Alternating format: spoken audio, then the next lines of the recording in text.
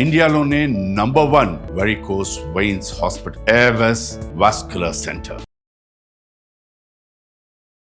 నమస్కారం ప్రేక్షకులందరికీ వినాయక చవితి శుభాకాంక్షలు. వినాయక చవితి మీద అనేక ధర్మ సందేహాలు మనలో చాలా మందికి వస్తాయి. వాటన్నిటిని నివృత్తి చేయడానికి మనతో పాటు ప్రముఖ ఆస్ట్రాలజర్ బ్రహ్మశ్రీ నందిబట్ల శ్రీహరి శర్మ గురువు గారు ఉన్నారు. నమస్తే గురుగారు. వాగర్థావివ సంపృక్తౌ వాగర్థ ప్రతిపత్తయే జగతః పితరౌ వందే పార్వతీ పరమేశ్వరౌ. ఆదిత్యాయ చ సోమాయ మంగళాయ బుధాయ చ గురుశుక్రశనిభ్యశ్చ రాహవే కేతవే నమః. శృంగేరి జగద్గురు పీఠాధిపతులకి కంచి పీఠాధిపతులకి నమస్కారములు తెలియజేసుకుంటూ కార్యక్రమాన్ని ప్రారంభిద్దాం. గురుగారు, వినాయక చవితి శుభాకాంక్షలు అండి. మీకు వీక్షించేటువంటి మన సుమన్ టీవీ ప్రేక్షకులకు అందరికీ కూడా వినాయక చవితి శుభాకాంక్షలు. గురుగారు, ఇప్పుడు మోస్ట్ కాంట్రవర్షియల్ వినాయక చవితి అంటేనే అందరూ గడగడ భయపోయేది ఏంటంటే చంద్రుడిని చూడకూడదు, నీలాపలిందల పాలవుతాము అని చెప్పి. అదే మంగళవారం రాత్రికి కూడా చవితి ఉంటుంది కదా, మరి మేము ఆ రోజు చూడకూడదా చంద్రుడిని, లేకపోతే బుధవారం రోజు చూడకూడదా అనేది ఒక డౌట్. మనకు ఈ సంబంధించినటువంటి వినాయకుడి ఉత్పత్తి జరిగిన తర్వాత గణాధిపత్యం జరిగేటువంటి సందర్భంలో ఆ వినాయకుడు పడుతున్నటువంటి బాధను చూసి పక్కున నవ్వినటువంటి వాడు చంద్రుడు. కాబట్టి చంద్రుడికి నా ముందే నా కొడుకుని అందరి ముందు అవమానిస్తావని చెప్పి చంద్రుడిని చూసిన వాళ్ళకందరికీ నీలాపనిందులు కలుగుగాక అని చెప్పి శపిస్తుంది.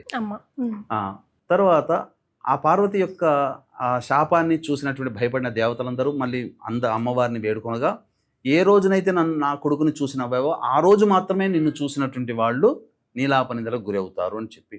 ఆ రోజు ఏంటి? భాద్రపద మాస శుద్ధ చతుర్థి.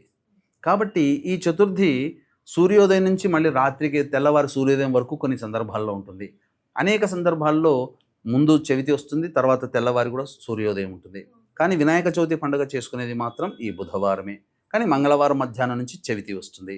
మరి రాత్రి సమయంలో చంద్రుడు ఉంటాడు, చవితి చంద్రుడితో ఉంటాడు, కలిసి ఉంటుంది. మరి బుధవారం నాడు చంద్రుడు చవితితో ఉండడు, పంచమి వచ్చేస్తుంది. మరి ఏ రోజుల్లో అని చెప్పి చాలామందికి సందేహం ఉంటుంది, మీకే కాదు. కాకపోతే ఇక్కడ శాస్త్రాన్ని అనుసరించి కథ వృత్తాంతాన్ని అనుసరించి పోయేదేముందమ్మా, 2 రోజులు చంద్రుని చూడకుండా ఉంటే చాలు. ప్రతిసారి అంటే చంద్రుని చూడకూడదని చెప్పి ఇప్పుడు ప్రతిరోజు మనం తలకాయ పైకెత్తి చూస్తున్నామా? ప్రతిరోజు చూడట్లేం కదా. అందరూ తమ ఎవరి పనులలో వాళ్ళు ఉంటారు. అసలు ఈ విషయం మర్చిపోయి అసలు ఆ 2 రోజులు చవితిని సందర్భంగా మంగళవారం నాడు బుధవారం నాడు చంద్రుని చూడకుండా ఉంటే సరిపోయే. మళ్ళీ ఆ విధంగా పాలలో చంద్రుని చూశాడు శ్రీకృష్ణుల వారు. ఆ మాత్రానికే అంత నీలాపనిందలు పడ్డాయి. మనబోటి వాళ్ళం ఎంత. కాబట్టి ఆ సందర్భంగా ఇలా ఏదైనా కొన్ని సందర్భాలలో ఆ విధంగా చంద్రుని కనుక చూస్తే, ఎలాగో ఈ యొక్క గణపతి వ్రతాన్ని ఆచరిస్తున్నాం కదా, ఇంట్లో చేసుకుంటున్నాం, బయట మంటపాల్లో జరుగుతాయి. కాబట్టి ఆ నీలాపనిందలు తొలగిపోవాలనే ఉద్దేశంతో ఆ స్వామి దగ్గర పూజ చేసినప్పుడు ఉండేటువంటి అక్షితలు ఉంటాయి కదా, ఆ స్వామికి ఒక్కసారి నమస్కారం చేసుకొని కథ వృత్తాంతానంతా మనస్సులో స్మరించుకొని అక్షితలు తల మీద వేసుకొని, ఈ యొక్క కొన్ని కారణాల వల్ల నేను చంద్రుని చూడడం జరిగింది, నాకు ఈ ప్రభావం వల్ల నాకు దోషం అంటకుండా చూడు వినాయక అని చెప్పి మనస్ఫూర్తిగా నమస్కారం చేసుకొని 2 అక్షితలు తల మీద వేసుకుంటే చాలమ్మా, ఆ దోషం తొలగిపోతుంది. రైట్ గురుగారు, ఇప్పుడు మోస్ట్ కాంట్రవర్షియల్ క్వశ్చన్ అండి. మార్కెట్ని, ఇన్స్టాగ్రామ్ని, యూట్యూబ్ని, సోషల్ మీడియాని హల్చల్ చేసి వదిలేస్తూ ఉంది. అసలే కాంట్రవర్సీ ఫస్ట్ ఏంటంటే 3 రోజులు పెట్టుకుంటాం, 5 రోజులు, 7 రోజులు, 9 రోజులు, 11 రాత్రులు అంటుంటే, ఇప్పుడు సెప్టెంబర్ 7వ తారీఖు గ్రహణం వచ్చేస్తుంది, సంపూర్ణ చంద్రగ్రహణం. అది భారతదేశంలో సంపూర్ణంగా కనబడుతుంది. కాబట్టి అసలు 9 రోజుల కన్నా ఎక్కువ రోజులు పెట్టుకోకూడదు అని అంటున్నారు. సూదకం టైం స్టార్ట్ అయిపోతుంది గ్రహణానికి సంబంధించి అని. దీన్ని మనం ఏ రకంగా చూడాలంటారు గురుగారు? ఇక్కడ చాలామంది మీరు అన్నట్టుగా అనేక మంది అనేక రకాలుగా చెప్తూ వస్తున్నారు. అంటే కొత్తది లేనిది ఏదో మనం చెబితే మనం ఫేమస్ అయిపోతాం. శాస్త్రాన్ని మనం చూడాల్సిన పని లేదు. దీనికి ప్రమాణంగా మనం చూసుకున్నట్లయితే కాణిపాక దేవాలయం స్థానం ప్రధానంగా మనకు చెప్పబడిన వినాయకుడికి సంబంధించి 21 రోజుల పాటు చేస్తారు. మరి గ్రహణం ఈసారి వచ్చింది భాద్రపద మాసం పౌర్ణమి రోజున. మరి మానేస్తున్నారా? 21 రోజులు చేస్తున్నారుగా. ఒకసారి కాణిపాకం గణపతికి సంబంధించినటువంటి వినాయక ఉత్సవాలు 2025 అని చెప్పి గూగుల్లో కొట్టండి, మొత్తం 21 రోజుల పాటు వస్తుంది. అందులో పౌర్ణమి రోజున కూడా ఉత్సవాలనే. కాకపోతే గ్రహణ శూల అనేటువంటిది ఎప్పుడు ప్రారంభమవుతుంది? ఆ యొక్క గ్రహణానికంటే 9-10 గంటల ముందు, గ్రహణం తరువాత. కాబట్టి ఆ ముందు గంటలు పూజ అనేది ఆపేసేసుకొని చేసుకోవచ్చు నిరభ్యంతరంగా. పైగా మనకు బేసి సంఖ్యలో చేసుకోమని మనకు శాస్త్రం చెప్పబడింది. 1 రోజా, 3 రోజుల, 5 రోజుల, 7 రోజుల, 9 రోజుల, 11 రోజుల. 11వ రోజు అనేటువంటిది చతుర్దశితో అనంత పద్మనాభ చతుర్దశి అని అంటారు. చతుర్దశితో సమాప్తం. తెల్లవారి కదా గ్రహణము, మరి దానికేం సంబంధం లేదే. కాబట్టి గ్రహణశూల వారం రోజులుగా ఉంటుందనంటే ఇటువంటి సంబంధించినటువంటి నియమాలకి లేదు. ఎక్కడికి ఉంది? గ్రహణం ముందు 15 రోజులు, గ్రహణం తర్వాత 15 రోజులు ముహూర్తాలు పెట్టుకోకూడదని శాస్త్రం. ముహూర్తాలు అంటే గృహప్రవేశాలు, శంకుస్థాపనలు, పెళ్ళిళ్ళు, ఉపనయనాలు ఇలాంటివి. కానీ వీటికేం లేదే. కాబట్టి పోనీ ఇదేమన్నా నవరాత్రులు చేసుకునేది దసరా నవరాత్రులు, శరన్నవరాత్రులు, శ్యామనవరాత్రులు, వారాహి నవరాత్రులు, వసంత నవరాత్రుల? ఎక్కడా నవరాత్రులు అనేటువంటిది మనకు ఎక్కడా చెప్పబడలేదు. వినాయక వ్రతం ఒకరోజే చేసుకోమన్నారు. స్వాతంత్రోద్యమంలో అందరూ గుమికూడి ఎవరికి వాళ్ళు చర్చించుకొని ఎలా మనం స్వాతంత్రాన్ని ముందుకు తీసుకెళ్లాలి ఉద్యమాన్ని అని చెప్పి మాట్లాడుకోవడానికి బాలగంగాధర్ తిలక్ గారు సృష్టించినటువంటి నవరాత్రి విధానం. సరే, మంచిదే, తప్పేమీ లేదు. కాబట్టి ఇదేమీ దీనికేం దోషం లేదమ్మా. నిరభ్యంతరంగా ముందు రోజు చేసుకోవచ్చు.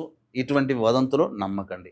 గురుగారు, ఏటి సూతకంలో ఉన్న వాళ్ళు కానివ్వండి, గర్భవతులుగా ఉన్న వాళ్ళు కానివ్వండి, ఈ వినాయక చవితి చేసుకోవచ్చు అంటారా? అయితే ఏటి సూతకంలో అనేటువంటి దానికి కొన్ని నియమాలు ఉన్నాయమ్మా. గర్భవతులకి అనే దానికి కూడా కొన్ని నియమాలు ఉన్నాయి. అంటే ఎటువంటి ఏటి సూతకంలో ఉన్నవాళ్ళు చేసుకోవాలని మనకు శాస్త్రంలో సుస్పష్టంగా చెప్పబడి ఉంది. అయితే వీక్షించేటువంటి ప్రేక్షకులకు కూడా గమనిక, ఈ సెప్టెంబర్ 7వ తారీఖు రోజున భాద్రపద పౌర్ణమి మరియు ఆ రోజు రాహుగ్రస్త చంద్రగ్రహణం శతభిష పూర్వభాద్ర నక్షత్రంలో ఏర్పడుతుంది. కాబట్టి శతభిష పూర్వభాద్ర నక్షత్రంలో జన్మించినటువంటి వాళ్ళు మరియు వృషభ, మిథున, కర్కాటక, సింహ, తుల, వృశ్చిక, మకర, కుంభ, మీన రాశుల్లో జన్మించినటువంటి వారికి ఈ యొక్క గ్రహణ దోష ప్రభావం ఉంటుంది. కాబట్టి ఈ రాశుల్లో చెప్పబడినటువంటి రాశిలో జన్మించినటువంటి వారికి రాత్రి 9 గంటల నుంచి ప్రారంభమైనటువంటి ఈ గ్రహణ దోష నివారణ పూజలు అతి సామాన్య మానవుడు కూడా చేసుకునే విధంగా మన పీఠం ఆధ్వర్యంలో చేయించడం జరుగుతుంది. అవకాశం ఉన్న వాళ్ళు కార్యక్రమ తదనంతరం కాంటాక్ట్ చేసి పూర్తి వివరాలు తెలుసుకోవచ్చు. ఇక ఈ సంబంధించినటువంటిది అంటే ఏటి సూతకము అనేటువంటిది చూసుకుంటే ఇక్కడ కొంత వివరణ ఇస్తానమ్మా, తెలుసుకోవాలి. గురుగారు, అంటే ఒకే ఇంటి పేరు గల వాళ్ళు ఎవరైనా చనిపోతే అందరం కూడా మాకు ఏటి సూతకం అని భావనలో ఉంటారు.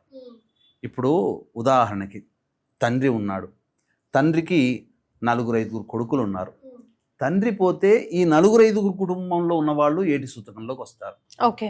కాబట్టి వాళ్ళందరూ కూడా ఈ యొక్క పూజలు వ్రతాలు చేసుకోవడానికి అధికారము లేదు తండ్రి పోతే. కానీ తండ్రి ఆల్రెడీ పోయి ఉంటాడు. ఏమవుతుంది? ఈ 4-5 అన్నదమ్ముల్లో ఉంటారు కదా కొంతమంది, 2-3 ఉంటారు. అన్నో పోతాడు.